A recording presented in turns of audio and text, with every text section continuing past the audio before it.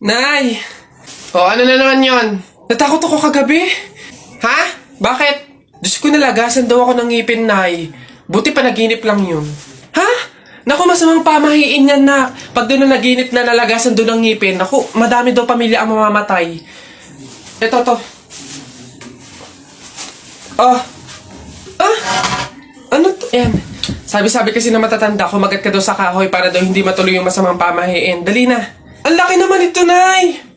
Bakit ganitong kahoy pa? Ang laki-laki, oh!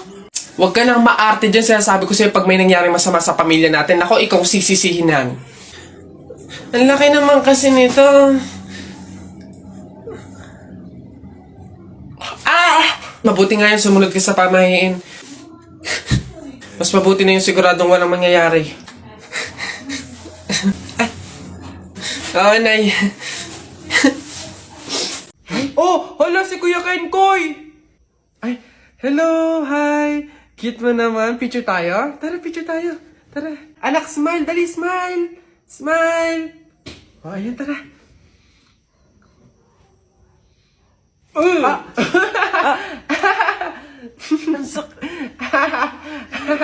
Anak, bakit mo ginawa yun? Bad yun, ha?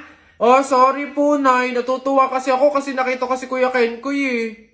Pasensya ka na, ha? Pasalamat ka nandyan yung nanay mo kung hindi natapon na kita sa bangin. Ay, okay lang po. Una na po ako. Hi po, Kuya Kenkoy. Pinapanood ka po namin sa TikTok. Hello. Hi. Kamusta kayo? Parang hindi naman siya si Kuya Kenkoy kasi ang lapad ng mukha niya, oh.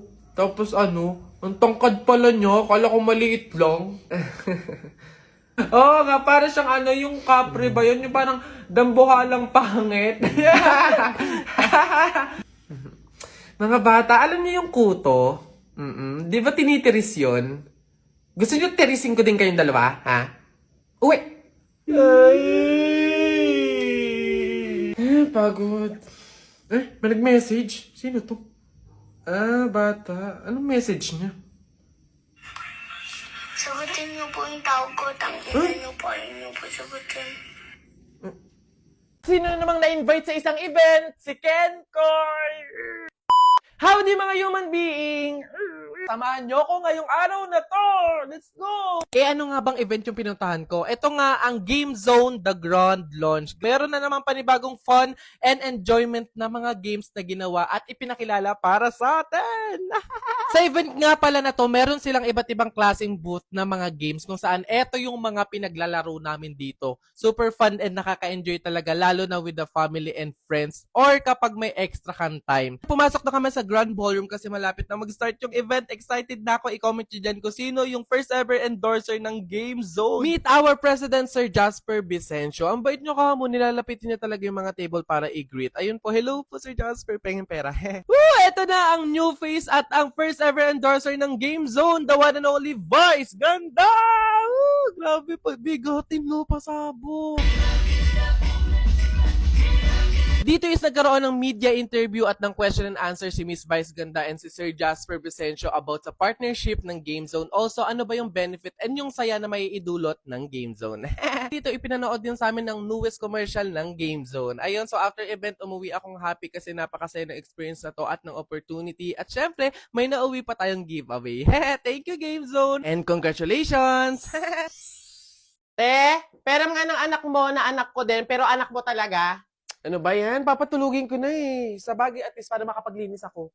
Oh, cutie-cutie naman ng bata na yan. Oh, manang-mana sa tita. Bango-bango mo. Katadago. Aray ko, nakakangalay sa braso. Ito na yung anak mo. Hindi pa nga ako tapos maglinis eh. Babalik na agad. Ops! Teka lang, baka nagkakalimutan tayo. Tita lang ako, ikaw ang nanay. Nasa na yung pamangking ko? Andito ka na naman. For the clout ka lang sa baby. Hindi kayo. Baby ko! Sino maganda? Sino cutie, ha? Picture tayo. Tita's duty. Ang sabi ko, tama na, pero humirit ka pa ng isa. Gutom na ikaw. Opo. Dede na ikaw. Aray, ang sakit pala sa likod pag may hawak na bata. Kunin mo na yung anak mo. To kasi kukuha-kuhanin tapos ibabalik din naman agad. Eh yun nga yung point ko, hindi ako mag-aanak basta meron akong pamangkin. Hindi ako magpapakain, hindi ako magpapaaral. Kapag nangalay ako, napagod ako, isasauli ko lang sa nanay. Isa, mudawa, mutaruta-ruta. Hay! Mga bata kayo, alauna na ng hapon. Magsitulog na kayo. Hala, Nay, di pa ako inaantok eh. Oo nga, Nay, bukas na lang. Ayan! Kaya hindi kayo mga nalaki, puro kayo laro eh. Patulog kayo doon. Sinasabi ko sa inyo kung ayaw nyo mabuntal. Ba yun? Babantayan ko kayo ha. Sinasabi ko sa inyo.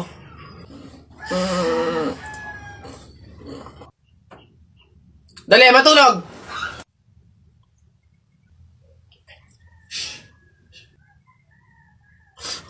Ayun!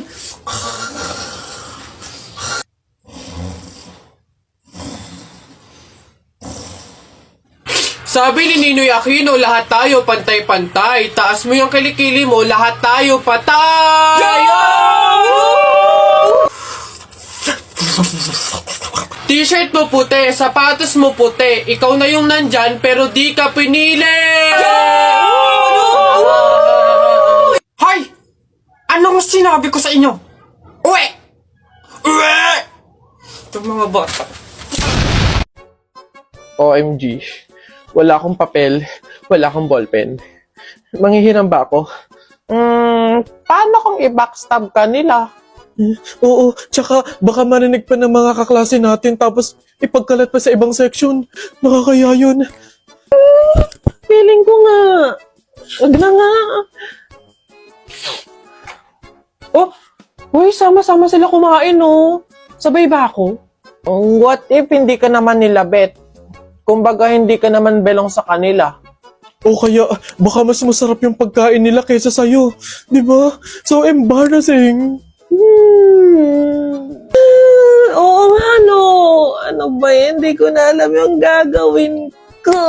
Ay, alam ko! Manonood na lang ako ng inaabangan na Inside Out 2! This coming June 12, 2024, next week ay mapapanood na ang Inside Out 2 in cinemas. Tara, nood tayo! Sa bandang north ako manonood sige, bye. Sa may south naman ako. Sige. Teka, sasama ako! Uy! Hala, Nay! Ay, kalabaw. Oh, bakit? Nay, napunit yung damit ko sumabit dun sa pako. Ganitong damit pa naman yung kailangan namin suotin sa party bukas. Paano na yan? Aba, edi tahiin mo na lang. Bawal yun, hindi pwede. Pamahiin na bawal magtahi ng gabi at malas daw yun sa pamilya. Halay, anong gagawin ko? Pamahiin pa kasi. Anak, suotin mo na. Kaysa naman sumuway tayo sa pamahiin, may mangyari pang masama. Suotin mo na, wala na tayong magagawa dyan.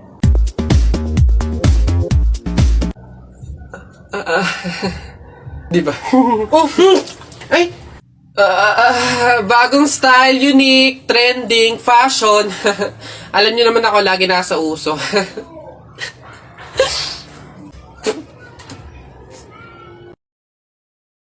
Di ba? Bessie, tignan mo! Girl, nasa mall ka, wala ka sa palengke. Ano ba yung suot mo? Wala ka bang taste? Walang style? Walang fashion? Ano ba yan, girl? Ilugar mo naman yung suot mo. Baduy? Bakit hindi mo kami try gayahin, girl? Sosyalin, yayamanin, fashionista, ganyan. 2023 na, glow up naman, girl. Habol tayo. Or baka naman, Bessie, walang pambili. Mahirap siguro, ganun, poor. Alam mo, girl, madami dyang mga cheap store, yung mga ukay-ukay. Try mong tumingin sa mga ganon. Para naman maging maganda ka at maging presentable yung suot mo. Ano ba yan, Bessie? Wala bang tricycle dito or jeep man lang? Paulan na, oh. Ano ba yan? Paano tayo makakauwi nito? Oo nga, Bessie, hindi naman tayo pwede mag-book. Ang mahal-mahal ng pamasahe doon. Oh, girls! Ay. Kayo yung nakasabay ko sa mall kanina, di ba? Anong ginagawa? Commuters ba kayo?